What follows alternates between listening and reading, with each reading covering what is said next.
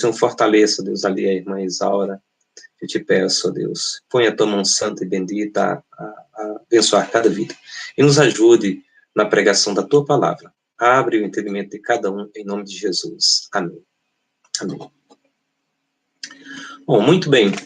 A primeira leitura, como eu falei, se encontra no livro do Êxodo, que é o livro que fala da passagem do povo de Israel, da terra do Egito, onde eles estavam sob escravidão, para a terra da liberdade, seria a terra de Canaã, prometida pelo Senhor. Então, no livro do Êxodo, no capítulo 12, nós vamos falar sobre a instituição da Páscoa. Então, nosso objetivo é falar também sobre a origem da Páscoa. Quando foi que aconteceu a primeira Páscoa? Então, nós vamos ver que foi justamente instituída esta Páscoa por Moisés. Quer dizer, o Senhor instituiu, tendo como líder o seu servo Moisés, instruindo o povo de Israel quanto à celebração daquela Páscoa. Deus havia insistido com o faraó, rei do Egito, para deixar o povo de Israel ir livre para servir a ele no deserto. E por diversas vezes Moisés insistiu com o faraó, mas ele teve o seu coração endurecido e não deixou o povo de Deus ir para adorá-lo. Então Deus resolveu enviar pragas a fim de forçar o rei do Egito. E nos diz a palavra de Deus que, então, depois de 9 pragas que o Senhor enviou, uma última praga seria a morte dos primeiros filhos de cada família do povo do Egito, incluindo o primeiro filho de Faraó.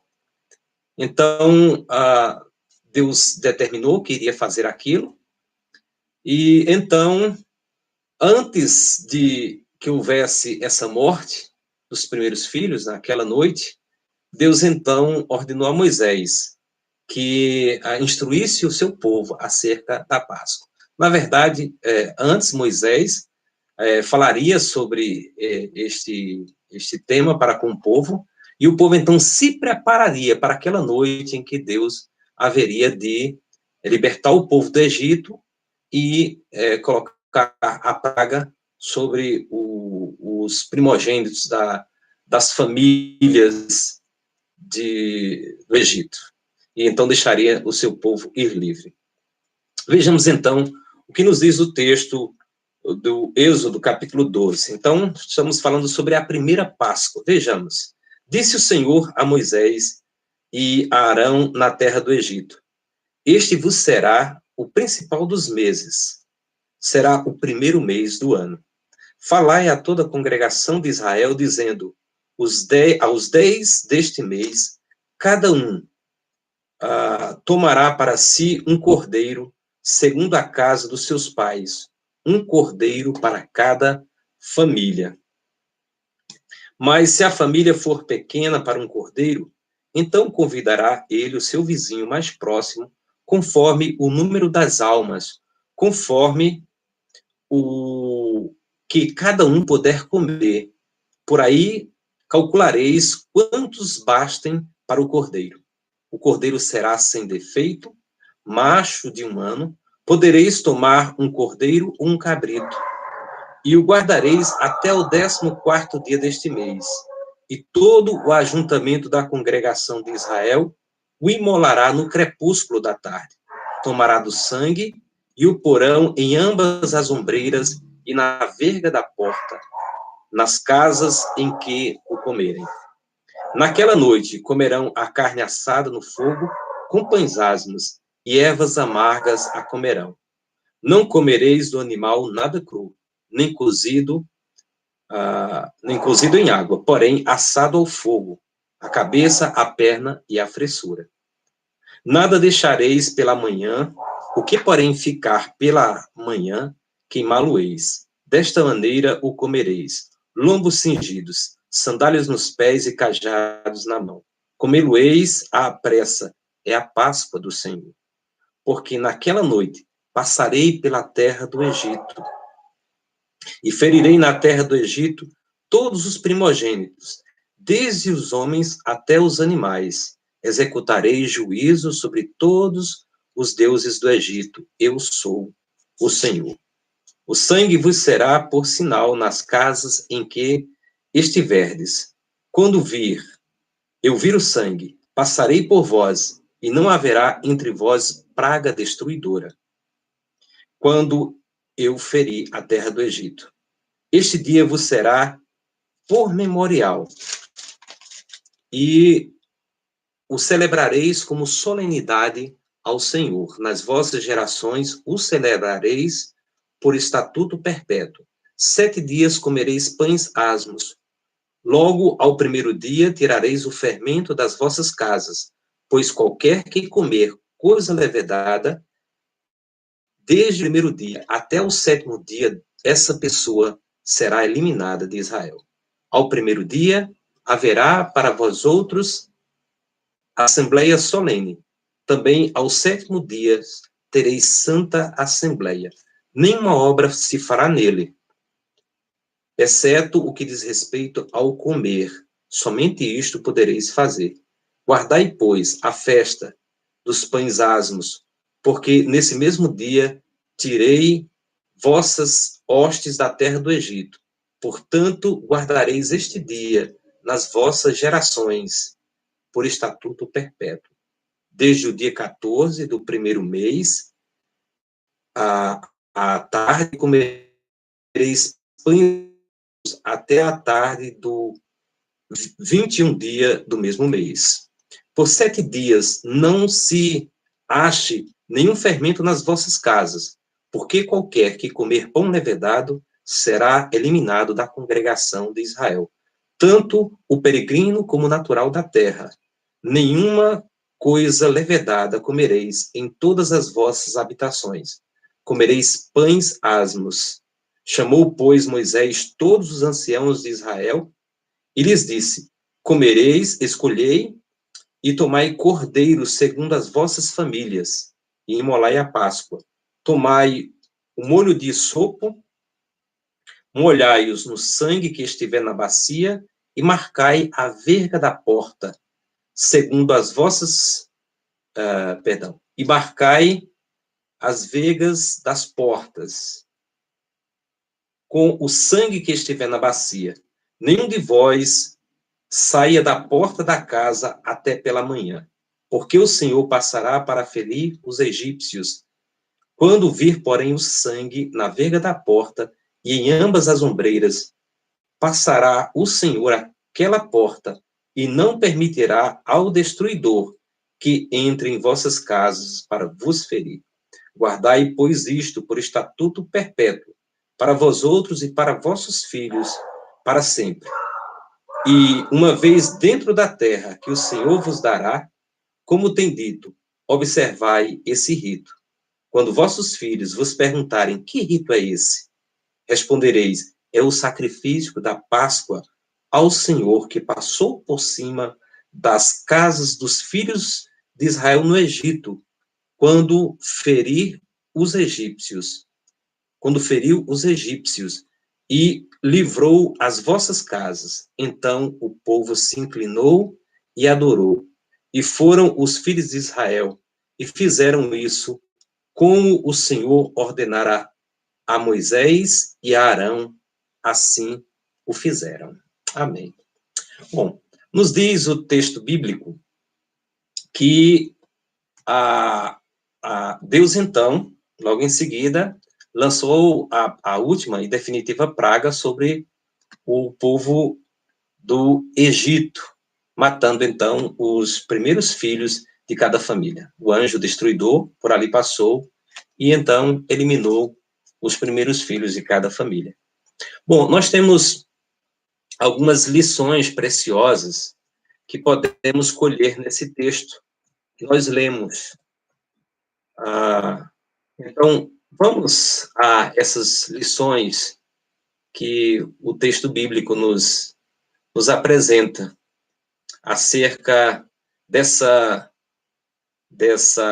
saída de Israel do Egito, quando eles realizaram pela primeira vez a Páscoa, conforme ordenada pelo Senhor.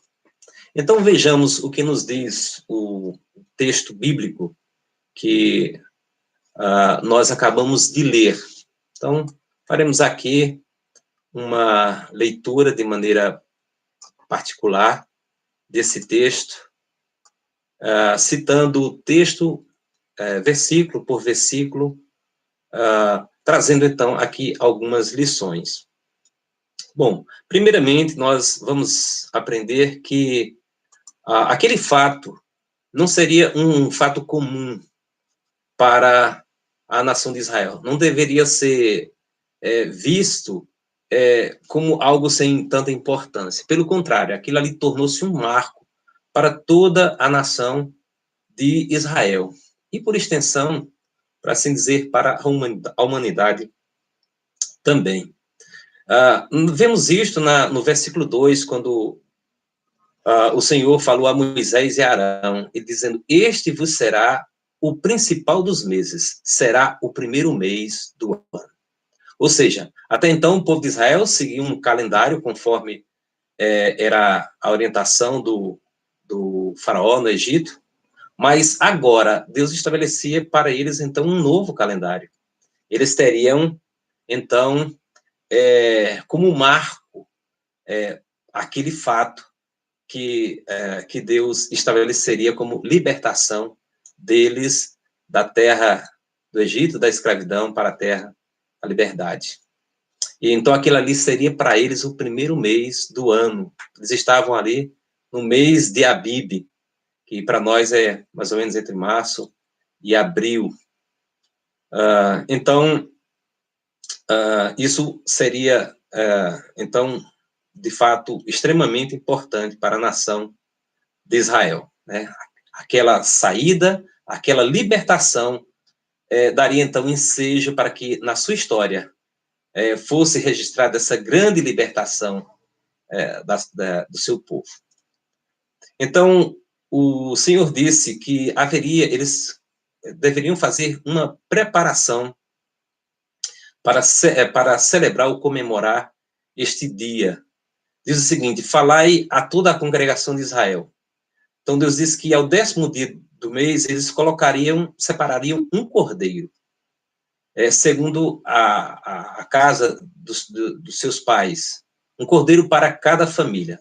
Se a família fosse pequena, poderia chamar uma outra família, até mais alguma outra, enfim, de acordo com o tamanho do cordeiro e conforme a possibilidade de eles se alimentarem ali, então deveria ser morto o cordeiro, para uma, duas ou três famílias, conforme a possibilidade deles, então, comerem todo aquele cordeiro.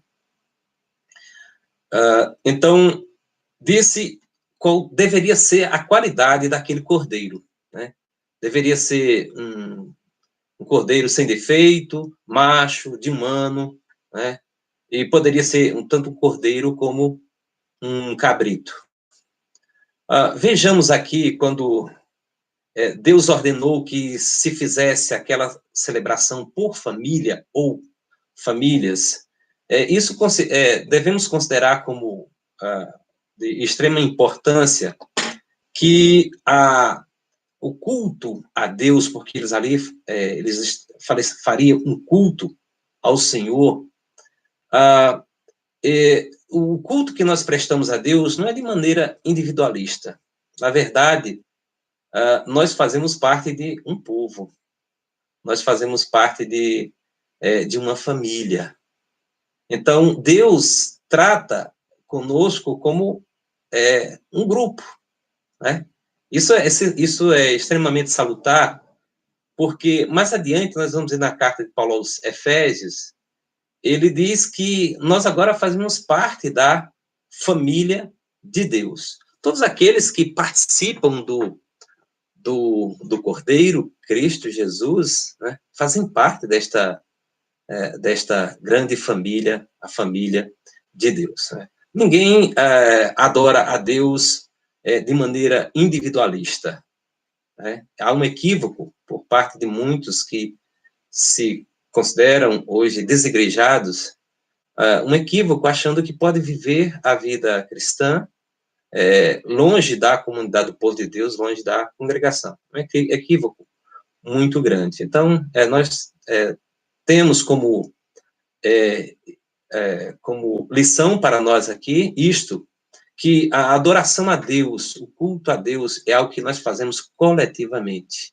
Podemos fazê-lo individualmente, mas fazemos parte de uma família e adoramos a Deus como povo, como uma família. Nós vamos falar sobre o cordeiro, né? Nos diz aqui as qualidades do cordeiro. Será sem defeito, macho de um ano, e poderia ser um cordeiro mesmo, um cabrito. Ele deveria ser guardado até ao 14º dia daquele mês, quando haveria o ajuntamento de toda a congregação de Israel, que então imolaria o cordeiro para então comerem aquele cordeiro. Bom, o cordeiro deveria ser sem defeito.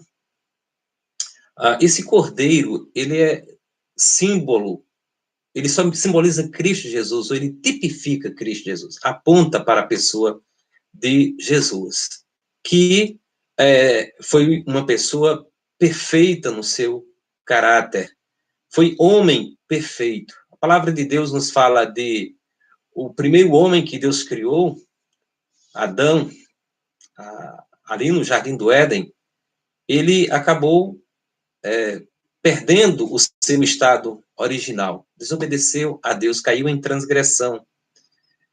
Ele caiu daquele estado de pureza e retidão no qual foi criado. Nenhum que pisou neste mundo depois de depois de Adão, foi como ele originalmente. Todos, ao contrário, se tornaram pecadores como ele. Todos nós que somos descendência ordinariamente de Adão, nós somos pecadores, infelizmente. Mas a Bíblia diz que veio um segundo Adão. Paulo escreveu isso na carta aos Romanos, na carta aos Coríntios também. Identifica Cristo como o segundo Adão, isto é, o segundo homem, criado também assim, em pureza e retidão. Isto é, como homem aqui nascido, puro e reto. Isso que a palavra de Deus nos diz, que Jesus não cometeu pecado nenhum. Ele, começando com seus inimigos, ele disse o seguinte: quem de vós me atribui pecado, ou pode me arguir de pecado? Nos diz também o autor da carta aos Hebreus que ele foi feito nós semelhante em todas as coisas, mas sem pecado. Então, Jesus foi esse cordeiro de Deus que não deveria ter defeito. Então, esse fato dele não ter defeito aponta para a questão do caráter, da santidade de Jesus, que foi perfeito. Adão, o primeiro homem colocado à prova, caiu, como Paulo diz na carta aos Romanos, no capítulo 12. Mas o segundo, Adão, não, ele não caiu. Bom, então diz que ele deve ser macho de um ano. Bom, num período em que estamos vendo confronto entre homens, mulheres, e há um movimento muito forte chamado feminista que fala do patriarcado, que fala contra a questão do machismo, enfim.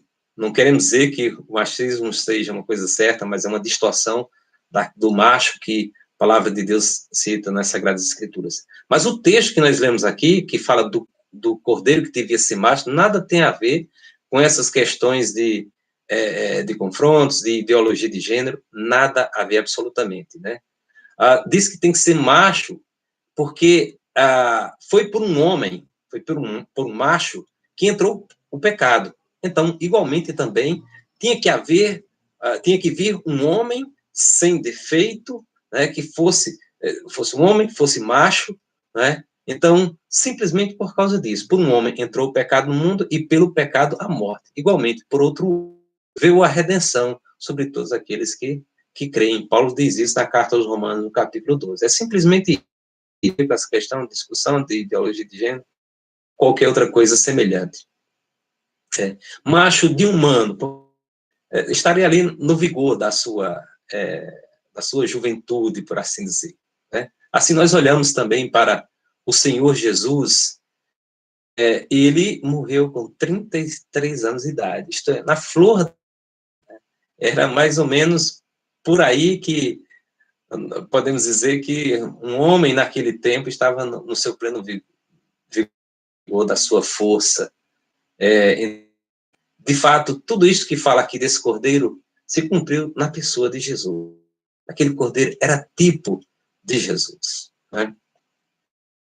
Então, nos diz o texto bíblico ainda que ele devia ser guardado até ao quarto dia né? Ele seria tirado de entre os demais cordeiros ou cabritos e seria separado dos demais, né? O autor da carta aos Hebreus vai falar de Jesus Cristo, né? Que ele foi separado de entre os outros, né? Ou seja, ele foi guardado. Nesse sentido, o Senhor Jesus, ele foi preservado de todo mal. Ele foi preservado de todo pecado. E Jesus viveu neste mundo, convivendo com toda sorte de pessoas, mas sem pecado. Ele guardou-se incontaminado do mundo. Então, isso se cumpriu também na pessoa de Jesus. Então, nos diz que o cordeiro deveria ser imolado, né? Aquele cordeiro teria o seu pescoço, né? A sua jugular vazada, ferida, e então o sangue seria derramado ali numa bacia. E deveriam então pegar aquele sangue e colocar na verga da porta, nas casas daquelas pessoas que haveriam de comer o cordeiro. Bom, isso aqui é muito importante que nós possamos nos dedicar a este trecho aqui dessa leitura. Aqui fala do sangue. Não é incomum que ouçamos falar sobre o sangue de Jesus, né? O sangue de Jesus. O seu sangue precioso derramado na cruz. Pedro diz na sua carta que nós fomos resgatados do nosso fútil procedimento, não pelo preço de pedras preciosas, ouro ou prata, mas nós fomos resgatados por um preço muito alto, né? O sangue do Cordeiro. Então, aqui fala do Filho de Deus que foi sacrificado ali por nós, né? Então, o evangelista João, na sua primeira carta, no capítulo 2, ele vai falar sobre o sangue de Jesus. E diz, filhinhos, não pequeis, mas se pecardes, tendes um advogado junto ao Pai, Jesus Cristo, o justo. O seu sangue nos purifica de todo pecado. Ele é a propiciação pelos nossos pecados, e não somente pelos nossos pecados, mas pelos do mundo inteiro. Então, vejam só, tinha que haver o derramamento do sangue. Né? Alguém teria que ser, no caso ali, o cordeiro naquela noite, que seria símbolo da libertação do povo, ele seria alguém que daria a sua vida em lugar do povo. Isso nos aponta para Jesus, que veio e deu a sua vida em nosso lugar por causa dos nossos pecados. Nós que estávamos na escravidão do pecado, né? Nós fomos libertados para fazer parte do reino do Filho do amor de Deus. Assim como o povo de Israel estava livre, escravos no Egito, eles saem para a liberdade da glória dos filhos de Deus. Vão para a terra que Deus havia prometido. Então, vejam só,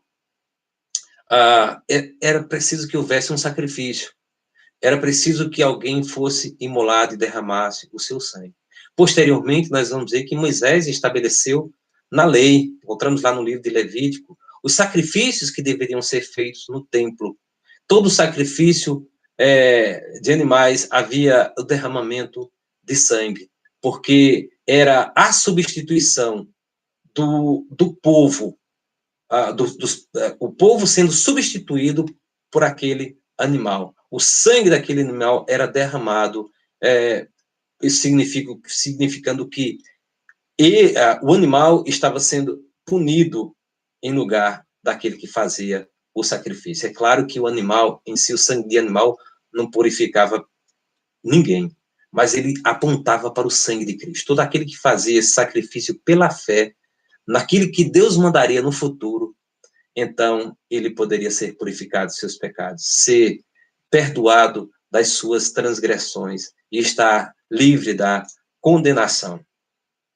Então, esse sangue, nos diz aqui, do cordeiro, deveria ser colocado ali na entrada da casa, na verga da porta e nas ombreiras daqueles que estariam dentro daquela casa e comeriam do cordeiro. Igualmente, nós somos protegidos pelo sangue de Jesus. Quem tem a marca desse sangue, quem participa do sacrifício de Jesus, este pode realmente ter a certeza que está debaixo da proteção de Deus. Aquele cordeiro, a sua carne seria assada no fogo, nos diz o texto, com pães asmos e ervas amargas. Nada deveria ser deixado, nem comido cru, nem cozido em água, mas assado ao fogo. Nos diz a cabeça, as pernas e a fressura.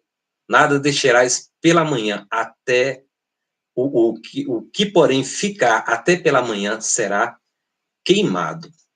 Então, vejam só, tudo do cordeiro não deveria ser deixado à toa para que houvesse ali uma deterioração natural.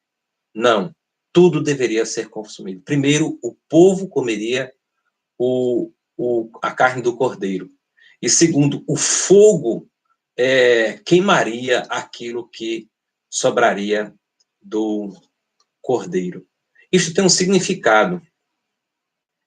Isso nos fala da importância do nosso Senhor Jesus.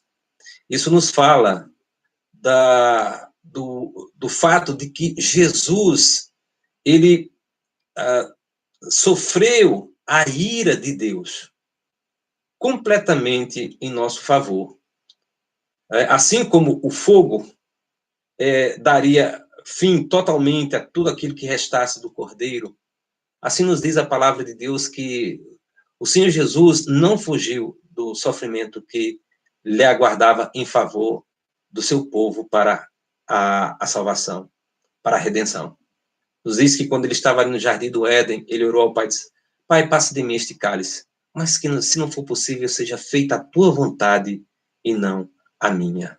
E, meus amados, nessa vontade de Jesus é que nós somos felizes, nós somos abençoados. Ele deu totalmente a sua vida ali por nós. Né? Ele se entregou por nós, como diz a palavra de Deus na carta de Paulo aos Coríntios. Então, nos fala aqui que da cabeça, as pernas e a fressura, né? Ou as entranhas, tudo isso deveria então ser queimado ao fogo. A cabeça, alguns falando sobre esse tema, fala de aquilo que diz respeito à mente, né? No caso, diz respeito aos nossos pensamentos. As pernas diz respeito às nossas ações. A fressura ou as entranhas diz respeito às nossas emoções. E é basicamente isto que é o ser humano, né? Constituído de intelecto, pensamentos, constituído de vontade, ação, constituído de volição ou emoções.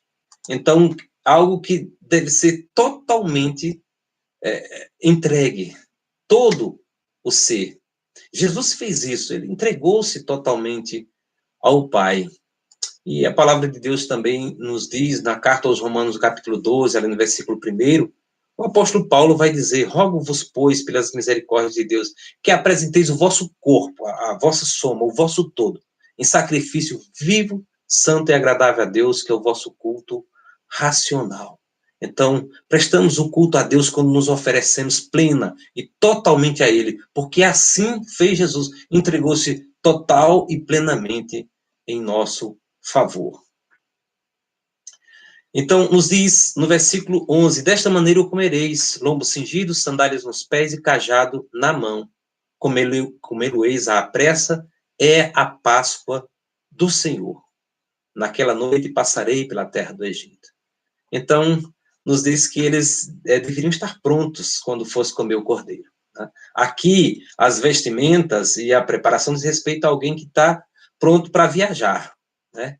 Não é para uma festa, não é para uma confraternização ou algo do gênero, um passeio, um lazer. Não, alguém que vai viajar, alguém que caminha como um peregrino. Então, isso é importante também e nos traz lições. Né? O povo de Israel, ele viveu 430 anos como escravos no Egito. Né? Passaram no Egito 430 anos, e boa parte desses anos foi como escravos. Agora o Senhor está dizendo, esqueça a terra da escravidão. Esqueçam a maneira que vocês viveram lá. Esqueçam os ídolos que vocês adoraram. Esqueçam os falsos conceitos, ideologias, religiões. Vocês têm um caminho a seguir, um caminho novo. Meus amados, esse caminho novo é o nosso Senhor Jesus Cristo. Ele disse, eu sou o caminho, a verdade e a vida. Ninguém vê o Pai a não ser por mim. Nós, assim como Abraão, estamos aqui como peregrinos, seguindo por esse caminho que é o nosso Senhor Jesus Cristo. E devemos estar apressados, porque o que nós colhemos da vida que nós levamos alienado do Senhor? Né? Eu me refiro aqui ao fato de nos termos apegados às coisas que diz respeito a este sistema, que são contrários à vontade de Deus. Então, não há nenhum prazer de lembrarmos destas coisas. Né? Aqueles que viveram alienados, sem viver uma vida de comunhão, de adoração ao Senhor, sem conhecer a sua palavra. Aqueles que estiveram apegados a algum vício. Aqueles que viveram na bebida, viveram nas drogas. Aqueles que viveram uma vida fútil perante seus amigos. Aqueles que pensaram apenas em riquezas, em crescer materialmente e tal. Enfim, essas coisas têm o seu valor, mas quando elas se tornam o alvo da nossa vida, torna-se nosso ídolo, torna-se o nosso Deus, inclusive até o dinheiro. O Senhor Jesus disse que o apóstolo Paulo, escrevendo a Timóteo, ele diz que o amor ao dinheiro é a raiz de todos os males. Então, muitos têm aí amor ao dinheiro, muitos amor a uma vida fútil, somente de sexo, etc, etc. Enfim, para aquele que participa do Cordeiro, então essas coisas já não têm mais valor. O valor agora é Jesus Cristo. As coisas velhas já passaram, diz o apóstolo Paulo, na segunda carta aos Coríntios. Eis que tudo se faz novo. Nós temos um novo caminho a seguir. Então, pressa, sair dessa terra da escravidão, sair desse lugar de escravidão, sair dessas circunstâncias de ambiente que nos lembram a escravidão. Nós agora vamos caminhando em direção ao Senhor, naquilo que agrada ao Senhor. Então, assim é que o povo de Deus vai também no tempo presente. Desta maneira, o comereis, lombos cingidos, sandálias nos pés e cajado na mão. Comê-lo-eis à pressa, é a Páscoa do Senhor. Então, a primeira vez aparece o nome aqui, a Páscoa do Senhor, ou Pessar, que no original tem a ver com passar sobre. No termo, no inglês, tem esse sentido também que tem lá no hebraico. Né? Passar sobre, a ideia que o anjo de Deus, o anjo destruidor, passaria sobre a terra do Egito e destruiria todos os primogênitos dos filhos do Egito, os primeiros filhos, mas na casa onde tivesse o sangue, onde o cordeiro tivesse sido morto, então o anjo pouparia aquela casa, passaria sobre ela sem trazer qualquer destruição. Isso que diz o Senhor no versículo 12, porque naquela noite passarei pela terra do Egito e ferirei na terra do Egito todos os primogênitos, desde os homens até os animais. Executarei juízo sobre todos os deuses do Egito. Eu sou o Senhor. É muito interessante aqui a maneira que Deus disse que arrasaria. Primeiro, nós devemos lembrar o seguinte, que Deus estaria trazendo justiça ao seu povo, porque isso tinha feito o Faraó com os filhos de Israel. Quando nasceu, quando o povo de Israel crescera, e Faraó teve medo de que ele viesse se unir a algum outro povo e se revoltasse contra o rei do Egito, então ele mandou que fossem mortos todos os meninos. Todo que fosse macho, todo que fosse homem, deveria ser morto. Então Deus agora está trazendo justiça para aquele povo. Então, punindo aquelas nações, aquele povo do Egito, por causa da sua rebelião contra Deus. E, claro, isso também seria uma maneira de forçar o rei do Egito a deixar que o seu povo seguisse livre caminho do deserto para adorar ao Senhor. E diz, desde os homens até aos animais. Então, eles executarei juízo. Isso é para mostrar realmente a gravidade da rebelião daquele povo do Egito.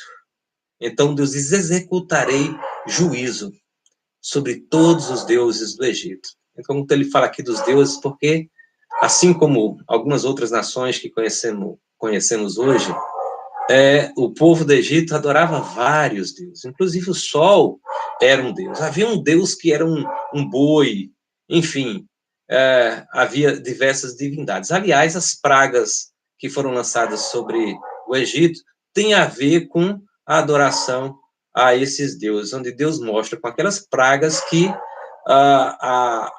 aqueles que eles consideravam deuses não eram, de fato, Deus, não era apenas criação do Senhor, né? E, de fato, a palavra de Deus nos dá testemunho que não vivemos num mundo onde existem vários deuses. Tudo isso é algo criado pela arte e imaginação humana. Só existe um Deus. Então, não há, na verdade, na essência, um politeísmo. Existe na cabeça das pessoas, na tradição dos povos. Mas o que existe é um monoteísmo. Só existe um Deus.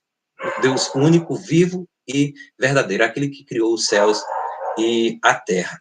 É interessante, nós vemos hoje algumas mídias, né, colocando sobre culturas de alguns povos, por exemplo, os indígenas, povos da Índia, povos da Oceania, e fala da adoração aos deuses, e alguns até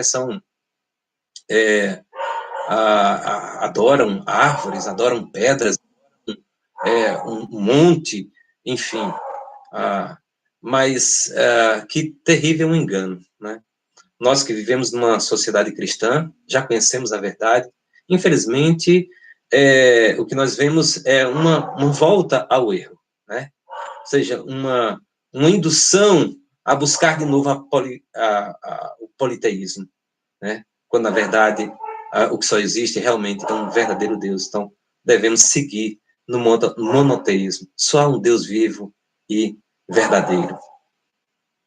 Então, o versículo 13 nos diz, o sangue vos será por sinal nas casas em que estiverdes. Quando eu vir o sangue, passarei por vós, e não haverá entre vós praga destruidora, quando eu ferir a terra do Egito. Daí o Senhor disse, esse dia vos será por memorial, e o celebrareis como solenidade ao Senhor nas vossas gerações, o celebrareis por estatuto perpétuo. Isso aqui é importante, porque no Antigo Testamento nós vamos ver, basicamente, dois sacramentos instituídos pelo Senhor para o seu povo. O primeiro era aquele sacramento que era o ritual de iniciação do povo daquele que haveria de fazer parte do povo de Deus.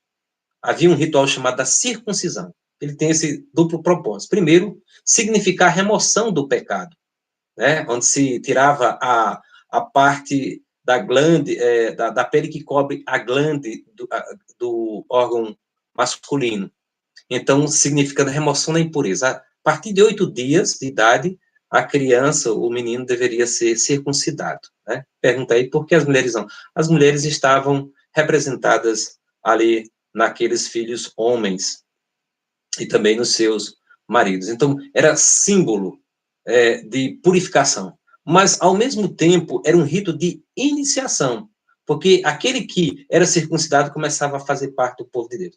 Quem não fosse circuncidado não poderia fazer parte do povo de Deus. Aliás, quando o povo de Israel entra finalmente na terra do Egito, tendo como líder Josué, nós vamos ver que Deus ordenou que Moisés fizesse uma checagem, aliás, Josué, e todo aquele que não fosse circuncidado deveria ser circuncidado para entrar na terra que o Senhor que o Senhor prometera para eles. Então, esse é o primeiro ritual, né? Que para nós foi substituído na nova aliança. Ao invés da circuncisão, que era por si mesma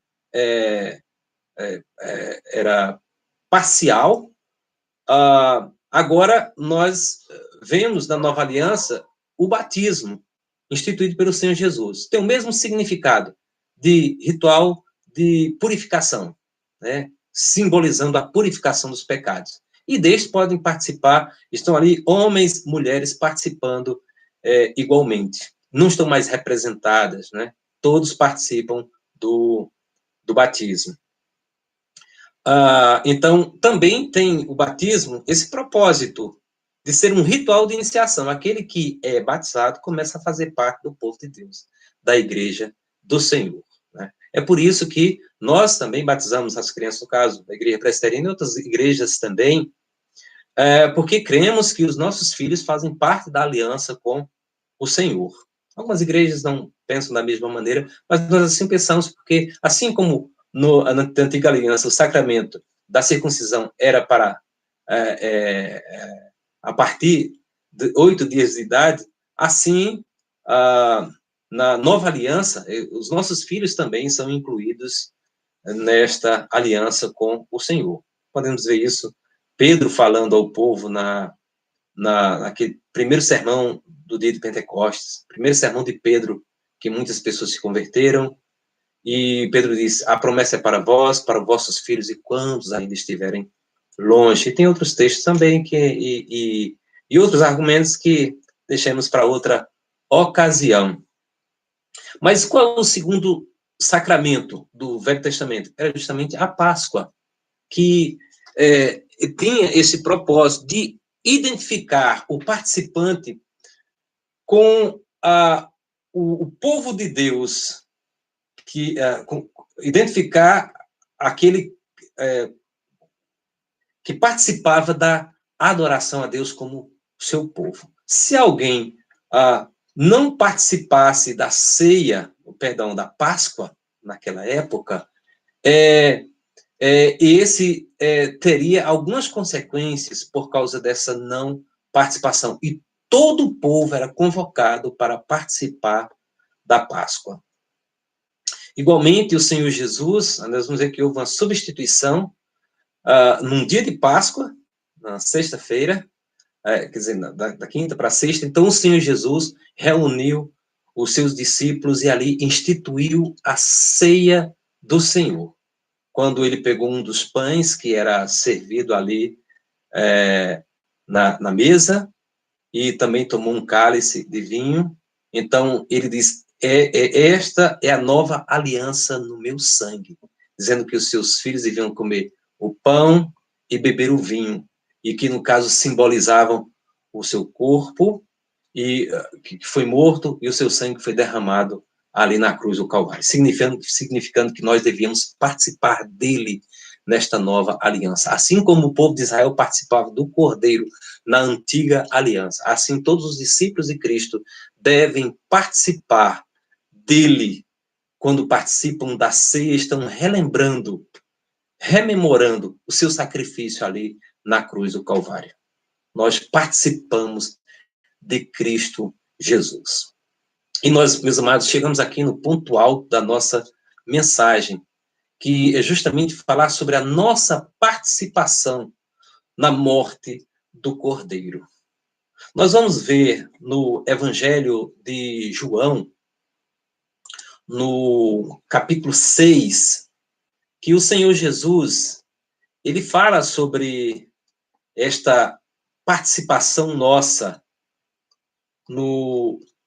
na morte, na sua morte. Vejamos João no capítulo 6, o que nos diz o Senhor Jesus sobre a nossa participação na sua morte.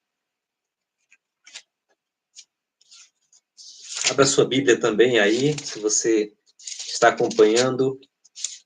João, capítulo 6, nos diz o seguinte, o Senhor Jesus.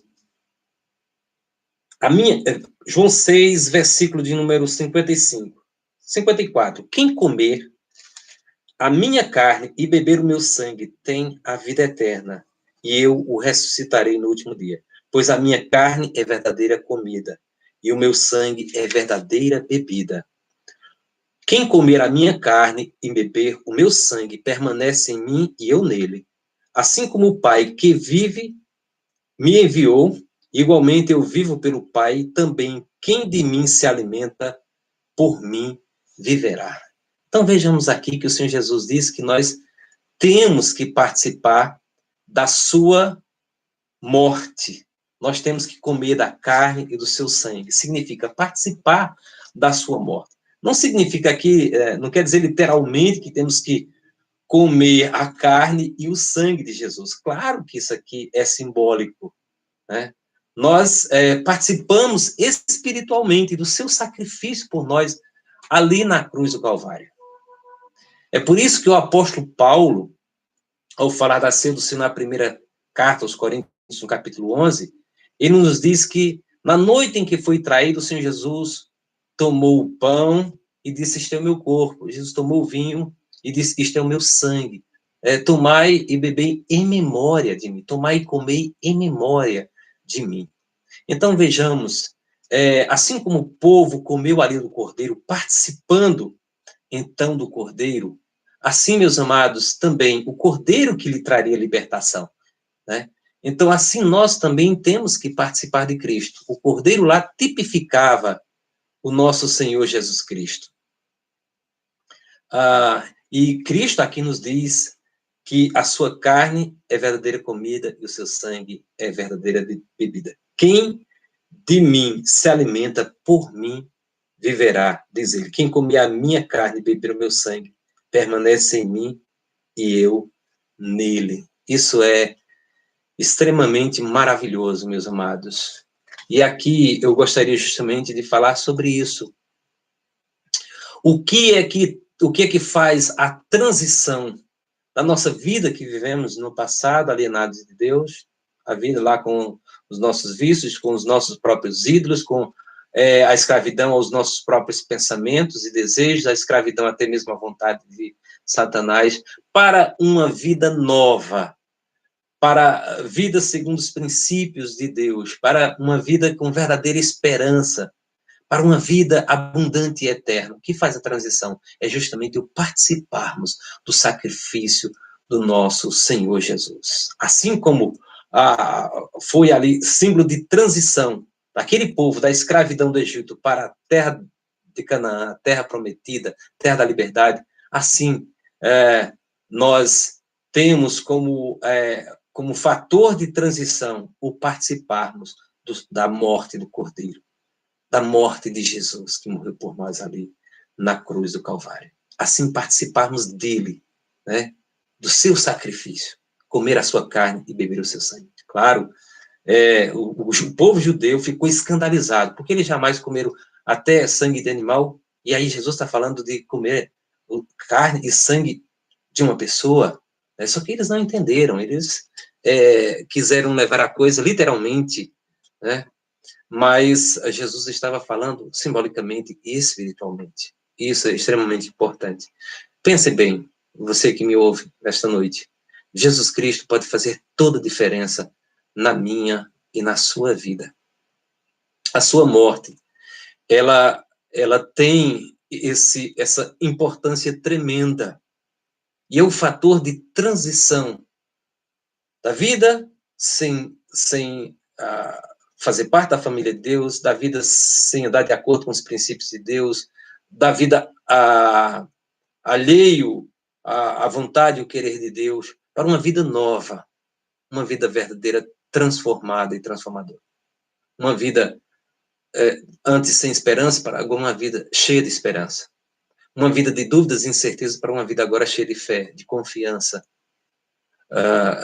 e plena certeza da presença, do amor e do poder de Deus sobre a sua vida. Então pense seriamente, nós estamos nesse período e eu pretendi justamente com vocês falar sobre a Páscoa, né? Primeiramente falando sobre a nossa, com o objetivo de falar sobre a nossa participação na morte do Cordeiro, ou participando da morte do Cordeiro. É mistério, é imprescindível, é inexorável para uma vida nova e para a vida eterna que participemos da morte do Cordeiro, participemos do seu sacrifício. O apóstolo Paulo, falando sobre isso na carta aos Coríntios, ali no capítulo 6, ele vai dizer que, assim como Cristo morreu de uma vez por todas para os pecados, assim também consideremos nós mortos para os pecados. Ele diz que nós devemos considerar-nos em uma novidade de vida. Então, somos chamados a essa novidade de vida em Cristo Jesus. Como Paulo diz, ainda no capítulo 6 da carta aos Romanos, no versículo 22, ele diz: fomos libertados do pecado, da escravidão do pecado, e fomos feitos servos de Deus. Então, assim como o povo de Israel foi liberto da escravidão do Egito, né, e foi para a terra que o Senhor lhe havia prometido, assim Paulo disse que nós fomos libertos da escravidão do pecado e fomos transformados em servos de Deus. E de fato, viver uma vida como servo de Deus é outra realidade. Participar da morte do Cordeiro, de Jesus Cristo, é fator de diferença, de transformação em nossa vida. Por isso que eu, caminhando para o final dessa mensagem, eu gostaria de lhe convidar para pensar seriamente sobre isso, né? De participar de Cristo Jesus, de viver em sintonia com Ele, de realmente compreender a graça que advém do seu sacrifício, o favor imerecido de Deus para conosco. Vejam que o povo, para ser liberto lá da escravidão, um cordeiro foi morto no lugar deles. Né? Assim, nós não fizemos nada, não foi por nossos méritos, mas foi pelo sacrifício de Jesus por nós da cruz do Calvário. Basta tão somente participarmos dele. Vejam, em toda casa onde fosse morto o cordeiro e o sangue estivesse nos umbrais da casa, aquela casa estava debaixo da proteção do sangue. O anjo destruidor passaria e não haveria destruição. Assim, meus amados, igualmente, no dia do juízo eterno,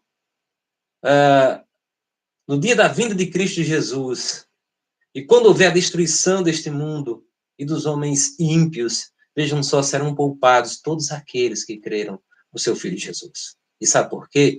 João capítulo 3, versículo 16 diz: porque Deus amou o mundo de tal maneira, Deus amou a mim e a você, de tal maneira que deu o seu único filho, o seu primogênito. Veja só, ali houve a morte dos primogênitos no Egito. Aqui nos diz que Deus deu o seu primogênito em nosso lugar. Ali foi para punição e condenação. Aqui foi para salvação, para redenção. A minha redenção e a sua redenção. Então, diz lá, para que não pereça. Deus amou de tal maneira que deu seu Filho unigênito para que não seja condenado, mas tenha a vida eterna. Que grande presente de Deus para conosco. Que graça maravilhosa. Não fizemos nada. Não é pelos nossos méritos. Pense bem, não importa a vida que você levou até agora, que eu levei. O que importa é agora participarmos de Cristo Jesus. Tudo é novo. Como eu disse, é o fator, é o divisor de águas. o fator de toda diferença em nossa vida é o participarmos da morte do Cordeiro, é participarmos do sacrifício de Jesus. É graça dele para conosco. Ele está nos oferecendo esta graça. O perdão dos pecados, né? A alegria de poder voltar a viver em comunhão com ele, porque essa comunhão foi perdida lá no Jardim do Éden, mas em Cristo ela é resgatada. E aquela plena certeza da esperança da vida eterna na vinda de Cristo Jesus. Essa certeza temos todos nós. Então, meus amados, o Senhor disse a Moisés que aquilo ali fosse contado para as gerações futuras. Que ele celebrasse ano após ano, isso foi colocado também na lei. Era para que os filhos deles, quando perguntassem que rito é esse, eles dissessem, então, lembrassem àqueles filhos que Deus operou grande libertação na vida deles, né? E o fator que marca isto é a morte daquele cordeiro. Então, agora, no tempo presente, nós que vivemos a nova aliança, nós também ensinamos os nossos filhos, mostrando para eles que a verdadeira libertação só é possível na morte do Cordeiro, na pessoa bendita de Cristo Jesus. Somente participando dele é que nós podemos realmente ter verdadeira libertação. Nossos filhos estão ludibriados, sendo enganados, com uma ilusão, com uma venda de uma liberdade que não tem sustentação. Não tem sustentação. E, infelizmente, esse modo de pensar e esse modo fútil de viver, infelizmente, nossos pais, nós como pais, muitas vezes temos legado aos nossos filhos, por não ensinar isso aos nossos filhos, por não educá-los no caminho do Senhor. Agora eu convido, vamos fazer diferente a partir de agora. Não pensemos nessa Páscoa apenas como um momento de uma celebração, até porque nem mais se tem podido celebrar como antes, né?